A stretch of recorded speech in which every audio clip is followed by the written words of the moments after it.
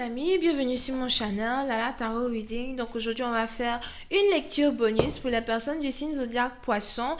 Votre énergie pour le mois d'août, d'accord. Les énergies sont interchangeables, donc ça peut résonner avec vous comme ça peut résonner du côté de votre partenaire.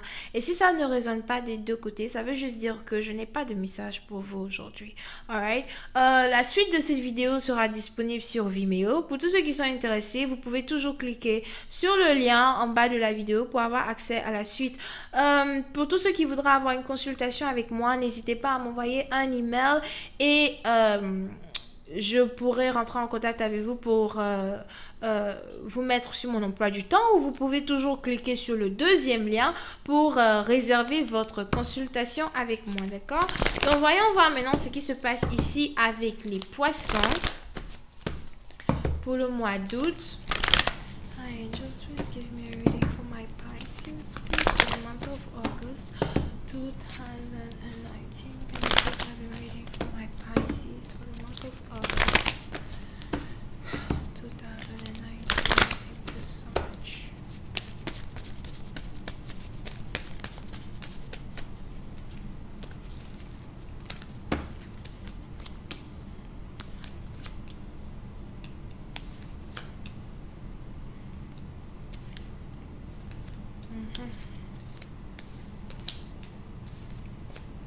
Ok, les poissons, certains d'entre vous, il se pourrait que vous soyez ici dans une situation où vous êtes carrément en train de remettre en question votre relation amoureuse, votre couple ou même encore votre mariage, d'accord? Pour une certaine partie d'entre vous, on a quelqu'un ici qui est en train de se demander si il ou elle a marié la bonne personne ou si il ou elle est carrément dans la relation qu'il lui faut, la relation qui est bon pour lui, qui est bon pour elle, ou encore la relation qui le met en valeur, ok? Pour une certaine partie d'entre vous, il se pourrait que vous soyez ici, dans une relation à distance avec une personne, avec qui apparemment de temps à autre, quand vous discutez avec la personne, c'est vraiment difficile. C'est un peu du genre, si vous êtes surtout dans une relation à distance, vous avez ici l'impression que voilà, dès que vous dites quelque chose, la personne se fâche, la personne arrête de vous écouter, ou bien la personne arrête de vous parler, ou bien encore vous avez l'impression que vous avez affaire à un manipulateur qui utilise la distance qu'il y a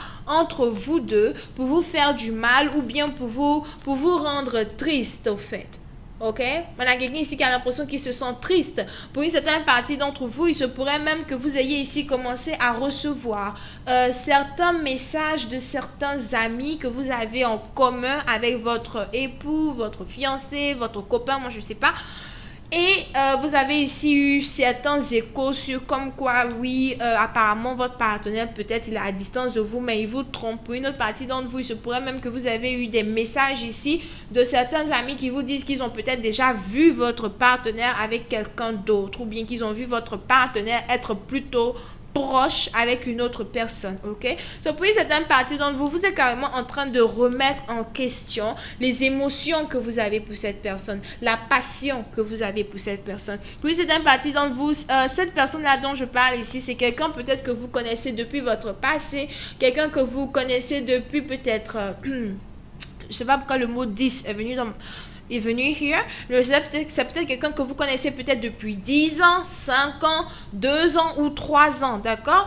Et pour une autre partie d'entre vous, c'est peut-être aussi si une personne avec qui vous êtes allé à l'école, vous êtes allé au collège, ou encore une personne avec qui vous avez eu une vie antérieure. Pour tous ceux qui croient, dans cette histoire de vie antérieure comme moi here. Donc, c'est un peu ça, d'accord? Puis une autre partie d'entre vous, même peut-être même que c'est une personne que vous avez épousée tout en croyant que cette personne était votre flamme jumelle. Et à la fin de la journée, vous vous rendez compte que peut-être que vous vous êtes trompé. Parce que la question même que vous vous posez ici, c'est comment quelqu'un que je peux tant aimer, ou bien comment quelqu'un que j'ai tant aimé, ou bien que je peux tant aimer peut me faire autant mal aujourd'hui, d'accord? Pour une certaine partie d'entre vous, on a une personne ici qui est fatiguée.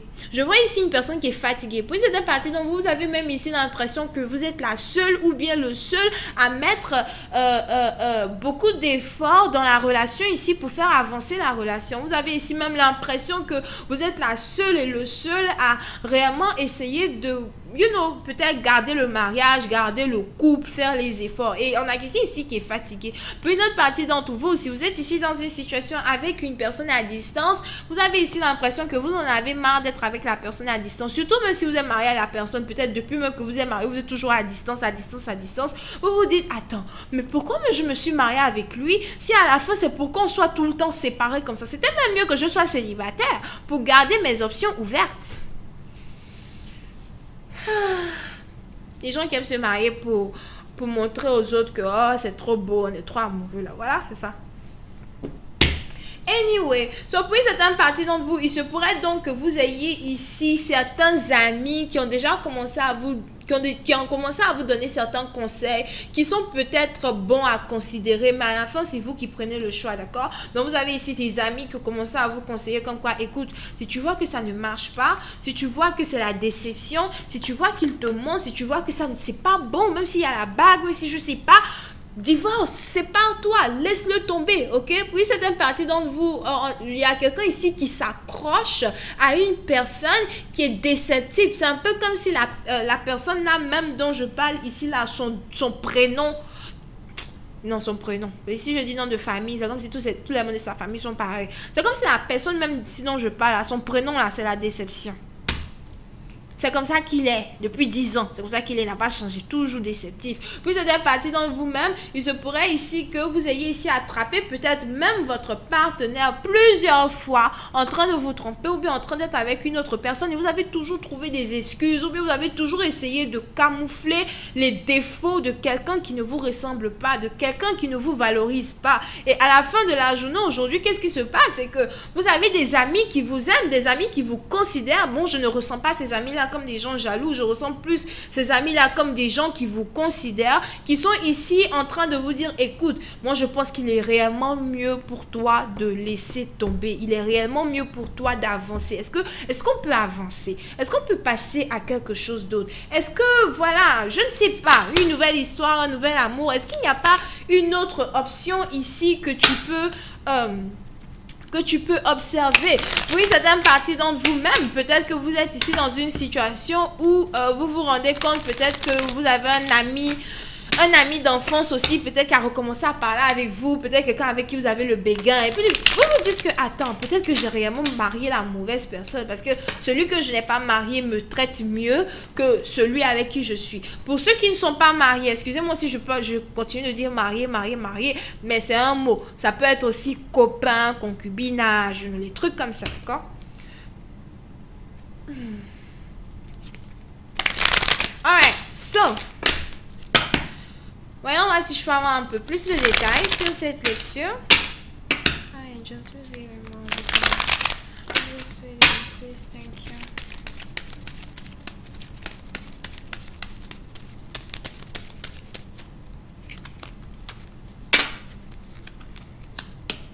Yep.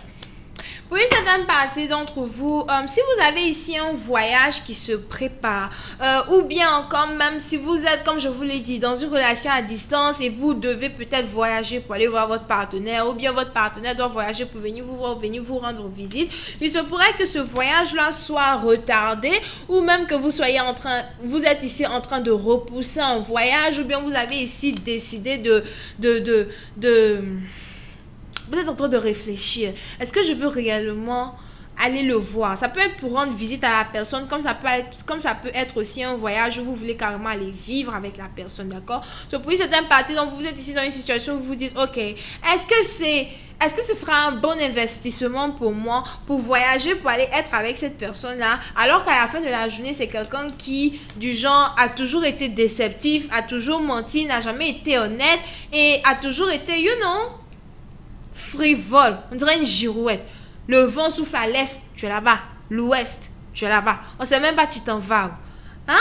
Et c'est quelque chose réellement qui vous préoccupe. Pour une certaine partie d'entre vous-même, il se pourrait ici que si vous vivez ici à distance avec votre partenaire, il se pourrait ici que vous soyez dans une situation où il y a un blocage quand il s'agit du voyage. On a quelqu'un ici apparemment qui ne peut pas voyager, qui aimerait voyager, qui ne peut pas voyager pour aller voir l'autre partenaire, ou encore même peut-être que vous vous dites que voilà, s'il y a problème niveau voyage, niveau distance, vous vous dites que quoi? Vous dites que ok,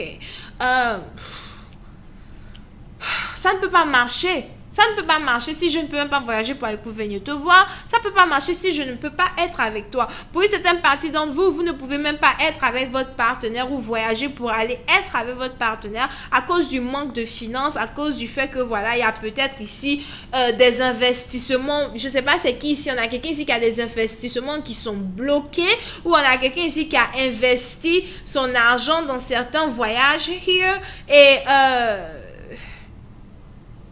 ou bien qui investit son argent dans différents pays. Je ne sais pas ce qui se passe ici, là. Mais les investissements ici d'une personne sont bloqués. D'accord? Pour une certaine partie d'entre vous, si vous êtes carrément ici tombé amoureux d'un voyageur, il se pourrait ici que vous en avez marre que votre partenaire passe son temps à voyager. Vous aimeriez que votre partenaire se case une bonne fois pour toutes avec vous quelque part. Et c'est tout ça aussi qui crée la déception. C'est pas seulement les tromperies, mais il y a aussi tous ces petits blocages là. Pendant combien de temps tu vas continuer de voyager? Quand est-ce que tu vas venir faire asseoir tes fesses là, ici, là, avec moi, là, déjà qu'on parle. Ça fait déjà longtemps qu'on est ensemble. Ça fait déjà longtemps qu'on se fréquente. Anyway, je vais continuer cette lecture sur Vimeo. Pour tous ceux qui sont intéressés, le lien est juste en bas. Vous n'avez qu'à cliquer dessus et vous aurez la suite sur Vimeo, d'accord? Vous pouvez ici avoir affaire à quelqu'un qui est... Taureau, Vierge, Capricorne. Bélier, Lion, Sagittaire...